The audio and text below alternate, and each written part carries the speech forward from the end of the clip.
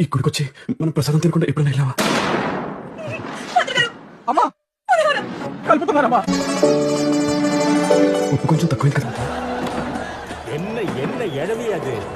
నాకు కూడా కొంచెం ఉంచు. నువ్వు సీట్ బెల్ట్ వేసుకోవడం మర్చిపోయా. ఎండగా ఉందని చూసాక రత్న, మళ్ళీ నీకు వంట తగిలితే నేను తట్టుకోలేను. నాగరత్న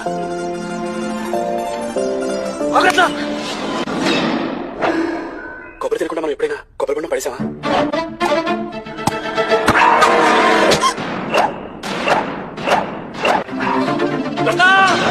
ఇప్పుడు ఏమైందని మీ చేతిలో సుమంగిలిగా పోవడం కంటే ఇక పుణ్యమే ఉంటుంది.